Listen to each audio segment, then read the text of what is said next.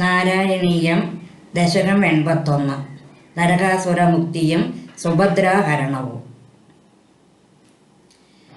സ്നിഗ്ധാം മുക്താം സതതമഭിതാം ലാലയൻ സത്യഭാമാം യാദോ ഭൂയസഹകലുതയാ യാജ്ഞസേനീ വിവാഹം പ്രാർത്ഥപ്രീത്यै പുനരഭിമനാ ഗാത്തിദോ ഹസ്ത്യഭുര്യാം ചക്രപ്രസ്ഥം പുരമഭിവിഭോ സംവിധായ ഗതോ അബുഹോ. ഭദ്രാം ഭദ്രാം ഭവതവരജാം കൗരവേണാർത്യമാനാം തദ്വാജ താമഹൃതഗുഹ നാമസ്കരി ചക്രസൂനുഃ തത്ര ക്രുദ്ധം ബലമനുനയൻ പ്രത്യഗാസേന സാർദ്ധം ചക്രപ്രസ്ഥം പ്രിയസഹമുദേ സത്യഭാമാ സഹായഃ. തത്ര ക്രീഡന്നവിജ യമുനാകുലദൃഷ്ടാം ഗൃഹീത്വാ ത്വാം കാലിന്ദിം നഗരമമഃ ഗാണ്ഡവ പ്രീണിതാഗ്നിഃ പ്രാതൃത്രസ്താം പ്രണയവിവശാം ദേവ പ്രൈദ്രക്ഷ്യസേയം രാജ്ഞാ മധ്യേ സപതി ജഗൃഷേ മിത്രവന്ദാമവന്തിം. സത്വാം ഗത്വാ പുനരുദവകോ നക്തിജിന്നന്തനാം താം ബദ്ധ്വാ സപ്താജിവൃഷവരാൻ സപ്തമൂർത്തി നിമേഷാത് ഭദ്രാം നാമ പ്രദുദുരദേ ദേവസന്ദർദനാദ്യാഃ തൽസ്യോദര്യ വരദഭവതഃ സാഭി പ്രൈദ്രക്ഷ്യസേയി.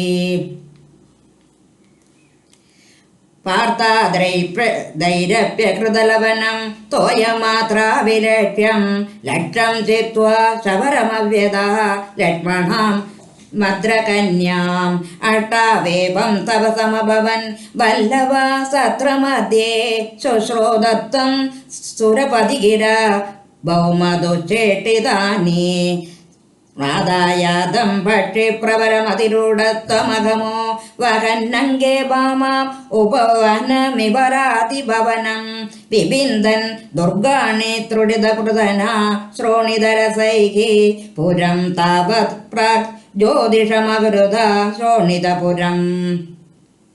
മൂരസ്താം പഞ്ചാസ്യോ ജലദിവനമധ്യാതോ ദഭതത് സചക്രേ ചക്രേണ പ്രതലിതശിര മക്ഷുഭവത ചതുർദന്തൈ ദന്താബലപതി വിരന്താന സമരം രഥാംഗേന ചേത്വാ നരക മകരോത്തീർണ നരകം സ്തുഭ്യോം ഭൂമ്യാ രാജ്യം സപതി ജഗത്തെ അസ്യ തനയേ ഗജം ചൈകം ദത്വാ പ്രജിഗയിത നാഗാൻ നിജപുരിം ഗലേന ബന്ധാനാം സ്വഗതമനസാം ഷോഡശ പുനഃ സഹസ്രാണി ശ്രീണാമഭിജ ധനരാശിം ച വിപുലം ഭൗമാഭാകൃതകുണ്ഡലം തദതിഹേ ദാതും പ്രയാതോ ദിവം ശക്രാദേർമഹിതക സമദയതയാ ദ്യുസ്ത്രേഷു ദത്തഹ്രിയാ ഹൃത്വാ കൽപതരം രുഷാഭിപതിതം ജിതേന്ദ്രമഭ്യാഗമഃ തത്തു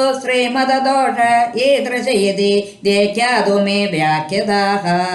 കൽപദ്രം സത്യഭാമാ ഭവനഭുവിസൃജൻ ദൃഷ്ടസാഹസ്രയോഷാഃ ശ്രീകൃത്യ പ്രത്യകാരം വിഹിത ബഹുബഭുഃ ലാലയൻ കേലിഭയദൈഃ ആചര്യ നാരദാലോകിത വിവിധഗതികേ തത്ര തത്രാഭിഗേഹേ ഭൂയഃ സർവാസു കുർവൻ ദശ ദശ തനയാൻ പാഹി വാദാലയേ ച സർവത്ര ഗോവിന്ദനാമ സങ്കീർത്തനം ഗോവിന്ദ ഗോവിന്ദ നാരായണാഖില ഗുരോ ഭഗവൻ നമസ്തേ.